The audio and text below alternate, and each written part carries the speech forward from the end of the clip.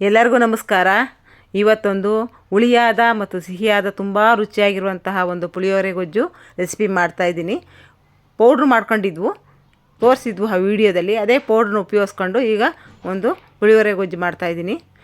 ಒಂದು ಹಳೆ ವಿಡಿಯೋದಲ್ಲಿ ಪುಳಿಯೋಗರೆ ಗೊಜ್ಜು ತೋರಿಸಿದ್ವು, ಅದೇ ಬೇರೆ ವಿಧಾನ, ಇದೇ ಬೇರೆ ವಿಧಾನ. ತುಂಬ ಅದಕ್ಕೂ ಇದಕ್ಕೂ ಡಿಫ್ರೆಂಟ್ ಇರುತ್ತೆ. ಒಂದು ಬೌಲ್ ಹುಣಸೆಹಣ್ಣು ತಗೊಂಡಿದ್ದೀನಿ, ಹಳೆ ಹುಣಸೆಹಣ್ಣು, ಗಟ್ಟಿಯಾಗಿರೋಂಥ ಒಂದು ಉಂಡೆ ಹುಣಸೆಹಣ್ಣು. ಅದೇ ಬೌಲಲ್ಲಿ ಒಂದು ಮುಕ್ಕಾಲು ಬೌಲ್ ಬೆಲ್ಲ, ಕೊಬ್ಬರಿ ತುರ್ಕೋಬೇಕು. ನಾವು ಪುಳಿಯೋಗರೆಗೆ ಬೆಳ್ಳುಳ್ಳಿ ತಗೊಂಡಿದ್ದೀವಿ. ಯೂಶ್ವಲಿ ಯಾರು ಬೆಳ್ಳುಳ್ಳಿ ಹಾಕಲ್ಲ, ನಾವು ತಗೊಂಡು ಹಾಕ್ತಾಯಿದ್ದೀವಿ. ಒಂದು ವಿಡಿಯೋದಲ್ಲಿ ಹಾಕಿದ್ವಿ, ಶಾರ್ಟ್ಸ್ ವಿಡಿಯೋದಲ್ಲಿ. ಅದರಲ್ಲಿ ಎಲ್ಲರೂ ಜನ ಯಾಕೆ ಬೆಳ್ಳುಳ್ಳಿ ಹಾಕಿದ್ರೆ ಅಂತ ಕಮೆಂಟ್ ಮಾಡಿದರು, ತುಂಬ ಕಮೆಂಟ್ ಮಾಡಿದರು. ನಮ್ಮ ಮನೆಯವ್ರಿಗೆ ಎಲ್ಲರಿಗೂ ಇಷ್ಟ ಬೆಳ್ಳುಳ್ಳಿ ಅಂದರೆ, ಅದಕ್ಕೆ ನಾವು ಹಾಕಿದ್ವಿ. ನಿಮಗೆ ಬೇಡ ಅಂದರೆ ಸ್ಕಿಪ್ ಮಾಡ್ಬೋದು. ಈಗ ಹುಣಸೆಹಣ್ಣು, ಕೊಬ್ಬರಿ, ಬೆಲ್ಲ ಮತ್ತು ಎಣ್ಣೆ ಜಾಸ್ತಿಯಾಗಿ ನಾವು ಹಾಕೋದ್ರಿಂದ ಈ ಡೈಜೆಷನ್ಗೆ ಬೇಕಲ್ಲ ಅಂತ ಹೇಳಿ ಬೆಳ್ಳುಳ್ಳಿ ಮತ್ತು ಪುಳಿಯೋಗರೆನ ಜಾಸ್ತಿ ನಮ್ಮ ಮನೇಲಿ ತಿಂತಾರೆ.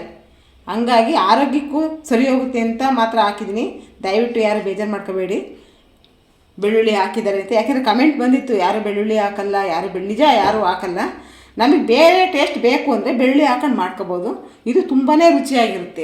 ನೀವು ಒಂದ್ಸಲ ಮಾಡಿ. ವಿಶೇಷ ದಿನಗಳಲ್ಲಿ ಮಾತ್ರ ಹಾಕಲಿಲ್ಲ ಅಂದ್ರೆ ನಡೆಯುತ್ತೆ, ಮತ್ತು ನಾವು ಹಾಕೋದೇ ಇಲ್ಲ ಅಂದರೆ ಸ್ಕಿಪ್ ಮಾಡ್ಕೋಬೋದು ಬೆಳ್ಳುಳ್ಳಿ ಹಾಕ್ದಂಗೆ. ಈಗ ಹುಣಸೆಹಣ್ಣನ್ನು ನೆನಾಕಬೇಕು.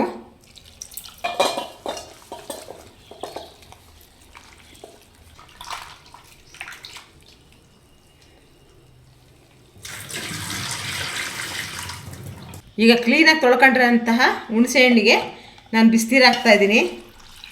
ಬೇಗ ನೆನ್ಕೊಂಡ್ಲಿ, ಬೇಗ ಹುಳಿ ತಕ್ಕೋಬೋದು ಅನ್ನೋ ಕಾರಣಕ್ಕೆ ನಾನು ಬಿಸಿನೀರು ಹಾಕ್ತಾಯಿದ್ದೀನಿ. ಈಗ ಎಳ್ಳು ತಗೊಂಡಿದ್ದೀನಿ, ಕಪ್ಪೆಳ್ಳು ಮತ್ತು ಬಿಳಿ ಎಳ್ಳು. ನಾನು ಗೊಜ್ಜಿಗೆ ಎಷ್ಟು ಬೇಕೋ ಅಷ್ಟು ಎಳ್ಳು ಉಪಯೋಗಿಸಿದ್ದೀನಿ. ಒಂದೊಂದು ಲೋಟ ಈಗ ಸದ್ಯಕ್ಕೆ ತೊಗೊಂಡಿದ್ದೀನಿ. ಈಗ ಕೊಬ್ಬರಿ ತುರ್ಕೊಂಡಿದ್ದೀನಿ, ಮತ್ತು ಬೆಳ್ಳುಳ್ಳಿ ಸಿಪ್ಪೆ ಬಿಡಿಸಿ ಬೆಳ್ಳುಳ್ಳಿನ ಜಜ್ಕೊಂಡು ಇಟ್ಕೊಂಡಿದ್ದೀನಿ. ಹುಣಸೆಹಣ್ಣು ನೆಂದಿದೆ, ಈ ಹುಳಿ ತಕ್ಕಂತ ಇದ್ದೀನಿ.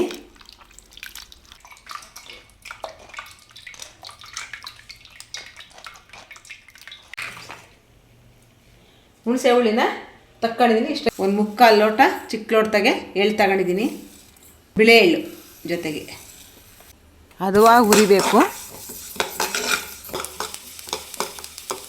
ಆಗಿದೆ. ಒಂದು ಕೊಬ್ಬರಿಲಿ ಕಾಲು ಭಾಗ ಕೊಬ್ಬರಿ ಎತ್ತಿಟ್ಕೊತಾ ಇದ್ದೀನಿ. ಇದನ್ನು ಪುಡಿ ಹುರಿಯೋಕ್ಕೆ ಹಾಕೊತಾ ಇದ್ದೀನಿ. ಈಗ ಕೊಬ್ಬರಿ ಹುರ್ಕೊಂಡು ಪುಡಿ ಮಾಡ್ಕೋಬೇಕು ಸ್ವಲ್ಪ.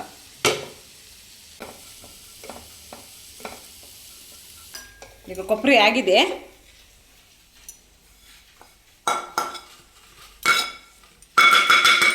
ಈಗ ಸ್ವಲ್ಪ ಎಲ್ಲ ಹಾರ್ಕೊಳಕ್ಕೆ ಬಿಡಬೇಕು, ತಣ್ಣಗಾಗಬೇಕು. ಪೌಡ್ರ್ ಮಾಡ್ಕೋಬೇಕಲ್ಲ, ಅದಕ್ಕೆ ಎಳ್ಳು ಮತ್ತು ಕೊಬ್ಬರಿ. ಎಳ್ಳು ಇದನ್ನು ಪಲ್ಸ್ ಮಾಡಬೇಕು, ನುಣ್ಣಗಾಗಬಾರ್ದು.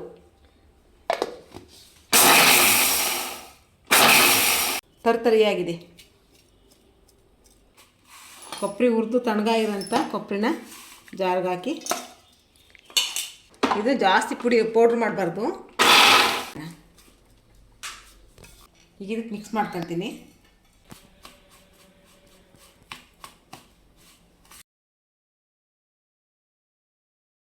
ಇದರಲ್ಲಿ 3 ಲೋಟ ಕಡಲೆಕಾಯಿ ಎಣ್ಣೆ ತಗೊಂಡಿದ್ದೀನಿ. ನಾನೀಗ ಈ ಎಣ್ಣೆಗೆ ಇಷ್ಟು ಕಡಲೆ ಬೀಜ, ನಮ್ಗೆ ಎಷ್ಟು ಬೇಕಾ ಹೀಗೆ ಒಂದು 5-6 ಜನಕ್ಕೆ ಆಗೋವಷ್ಟು ಕಡಲೆ ಬೀಜ ಕರ್ಕೊತಾ ಇದ್ದೀನಿ.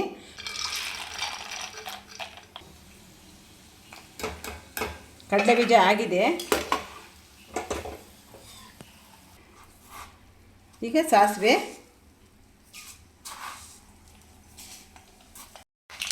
ಜೀರಿಗೆ, ಸಾಸಿವೆ ಸಿಡಿತಾ ಇದೆ, ಜೀರಿಗೆ ಹಾಕ್ತಾಯಿದ್ದೀನಿ. ಒಣಮೆಣಸಿನ್ಕಾಯಿ,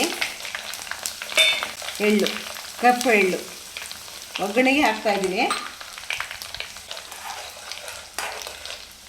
ಈಗ ಹುಣಸೆಹಣ್ಣು, ಇಷ್ಟು ಹುಣಸೆಹಣ್ಣನ್ನು ನಾನು ಹಾಕ್ತಾಯಿದ್ದೀನಿ.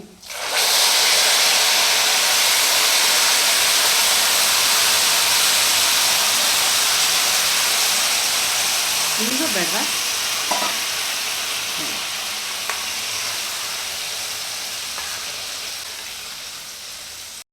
ಈಗ ಬೆಳ್ಳುಳ್ಳಿ ಫ್ರೈ ಮಾಡ್ಕೊತೀನಿ. ಒಗ್ಗರಣೆಗೆ ಹಾಕಬೇಕಾಯ್ತು, ನಾನು ಮಿಸ್ ಮಾಡ್ಕೊಂಡೆ. ಅದಕ್ಕೀಗ ಸ್ವಲ್ಪ ಫ್ರೈ ಮಾಡಿ ಇವಾಗಲೇ ಹಾಕ್ತೀನಿ. ಆ ಹುಣಸೆಹಣ್ಣೆ ಒಳಗೆ ಬೆಳ್ಳುಳ್ಳಿ ಫ್ರೈ ಆದ ತುಂಬ ಚೆನ್ನಾಗಿರುತ್ತೆ ಬೆಳ್ಳುಳ್ಳಿ.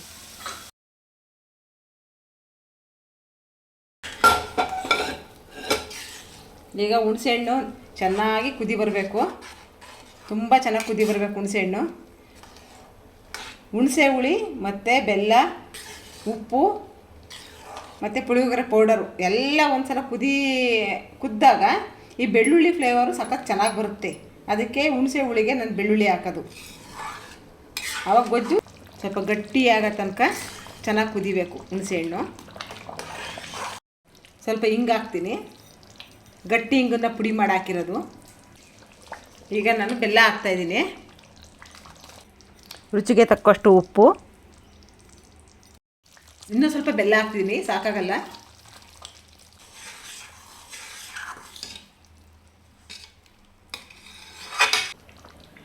ನೋಡಿರಿ ಈ ಥರ ಎಣ್ಣೆ ಬಿಟ್ಕೊಂಡಿದೆ.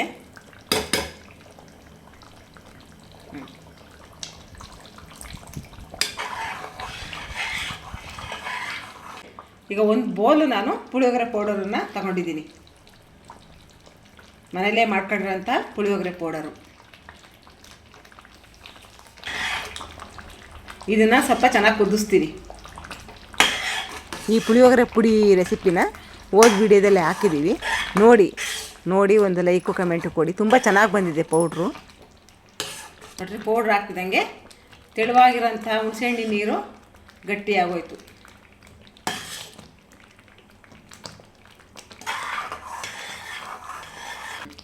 ನೋಡಿ ಎಷ್ಟು ಎಣ್ಣೆ ಹಾಕಿದ್ದೆ ನಾನು, ಅಷ್ಟು ಎಣ್ಣೆಲಿ ಏನಾದ್ರು ಸ್ವಲ್ಪ ಎಣ್ಣೆ ಕಾಣಿಸುತ್ತೆ ನಾನು ನೋಡಿ. ಅಷ್ಟು ಪುಳಿಯೋಗರೆ ಗೊಜ್ಜಿಗೆ ತುಂಬ ಎಣ್ಣೆ ಬೇಕಾಗುತ್ತೆ.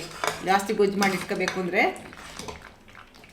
ನೋಡಿ ಎಣ್ಣೆನೇ ಇಲ್ಲ, ಎಲ್ಲ ಹೀರ್ಕೊಂಬಿಟ್ಟಿದೆ ಪೌಡ್ರು. ನೋಡಿ ಈ ಹುಣಸೆ ಹುಳಿ ಒಳಗೆ ಪೌಡ್ರೊಳಗೆ ಈ ಬೆಳ್ಳುಳ್ಳಿಗಳು ಚೆನ್ನಾಗಿ ಕುದೀತಾ ಇದ್ದರೆ ಅದು ಟೇಸ್ಟ್ ಒಂಥರ ಡಿಫ್ರೆಂಟ್ ಟೇಸ್ಟ್ ಇರುತ್ತೆ. ಇದು ಅದಕ್ಕೋಸ್ಕರ ನಾನು ಹಾಕಿರೋದು. ಸಾಂಪ್ರದಾಯಿಕ ಪ್ರಕಾರ ಬೆಳ್ಳುಳ್ಳಿ ಹಾಕಲ್ಲ. ಗೊಜ್ಜು ಫುಲ್ ರೆಡಿಯಾಗಿದೆ, ಇನ್ನು ಸಾಕು. ನಾನೊಂದು 15 ನಿಮಿಷ ಕುದಿಸಿದ್ದೀನಿ ಪೌಡ್ರ್ ಹಾಕಿದ ಮೇಲೆ.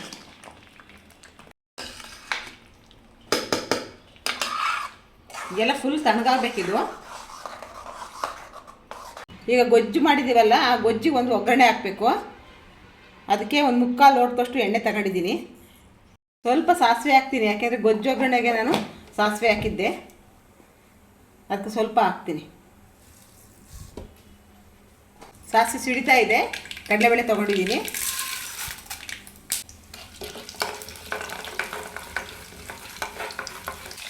ಒಂದು 4 ಸ್ಪೂನ್ ಕಡಲೆಬೇಳೆ ತಗೊಂಡಿದ್ದೀನಿ, ಒಂದು 3 ಸ್ಪೂನು ಉದ್ದಿನಬೇಳೆ ತಗೊಂಡಿದ್ದೀನಿ. ಸ್ವಲ್ಪ ಚೆನ್ನಾಗಿ ಕೆಂಪಾಗೋ ತನಕ ಎಣ್ಣೆಯಲ್ಲಿ ಕರ್ಕೊಳ್ಳೋಣ. ನೋಡಿ ಕಡಲೆಬೇಳೆ ಉದ್ದಿನಬೇಳೆ ಇಷ್ಟು ಕೆಂಪುವಾಗಿ ಹದವಾಗಿದೆ. ಈಗ ನಾನು ಹಸಿ ಕರಿಬೇವಿನ ಸೊಪ್ಪು ಹಾಕ್ತಾಯಿದ್ದೀನಿ.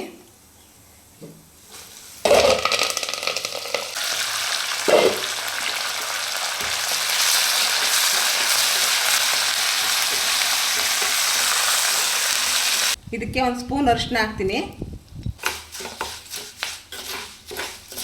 ಕೊನೆಯಲ್ಲಿ ನಾನು ಉಳಿಸ್ಕೊಂಡಿದ್ನಲ್ಲ ಕೊಬ್ಬರಿ, ಈಗ ಇದಕ್ಕೆ ಹಾಕ್ತಾಯಿದ್ದೀನಿ.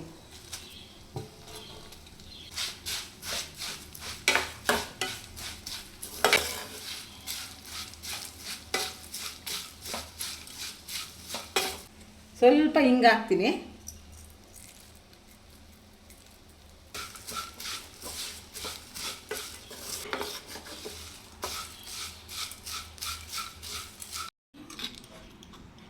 ನೋಡ್ರಿ ಏನು ತಣ್ಣಗಾಗಿರೋಂತಹ ಗೊಜ್ಜಿಗೆ ನಾವು ಬಿಸಿಲಿ ಸೇರಿಸ್ಕೋಬಾರ್ದು, ಫುಲ್ ಪೂರ್ತಿ ತಣ್ಣಗಾಗಿದೆ. ನಾವೀಗೇನು ಎಳ್ಳು ಪುಡಿ ಮತ್ತು ಕೊಬ್ಬರಿ ಪುಡಿ ಮಾಡ್ಕೊಂಡಿದ್ದೆಲ್ಲ ಇದಕ್ಕೆ ಮಿಕ್ಸ್ ಮಾಡಬೇಕು. ಕೊಬ್ಬರಿ, ಕರಿಬೇವು, ಕಡಲೆಬೇಳೆ, ಉದ್ದಿನಬೇಳೆ, ಇಂಗು ಮತ್ತು ಅರಿಶಿನ ಅಷ್ಟನ್ನು ಇದಕ್ಕೆ ಮಿಕ್ಸ್ ಮಾಡ್ತಿದ್ದೀನಿ.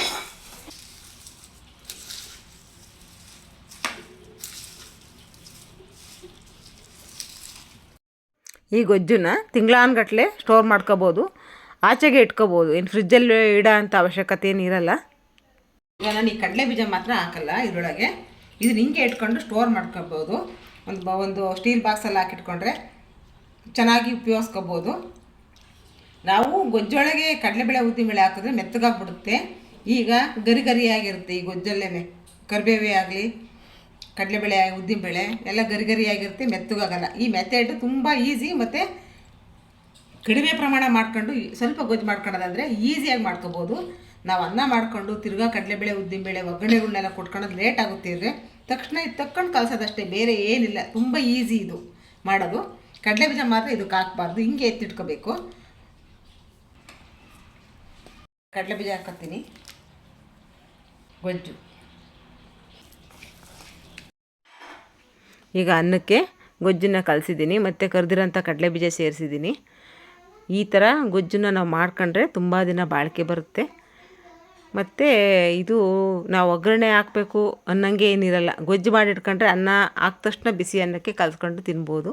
ಸ್ವಲ್ಪ ಹುಳಿ ಮತ್ತು ಬೆಲ್ಲ ಮುಂದಾಗಿದ್ರೆ ಮಕ್ಕಳು ತುಂಬ ಇಷ್ಟಪಡ್ತಾರೆ ಲಂಚ್ ಬಾಕ್ಸಿಗೆಲ್ಲ ಹಾಕ್ಕೊಡೋಕ್ಕೆ. ಈ ಪುಳಿಯೋಗರೆ ಗೊಜ್ಜಿನ ವಿಡಿಯೋ ನೋಡ್ತಾ ಒಂದು ಲೈಕು ಕಮೆಂಟು ಕೊಡಿ ಅಂತ ಹೇಳ್ತಾ ನಿಮಗೆಲ್ಲರಿಗೂ ಧನ್ಯವಾದಗಳನ್ನ ಹೇಳ್ತಾ ಇದ್ದೀನಿ.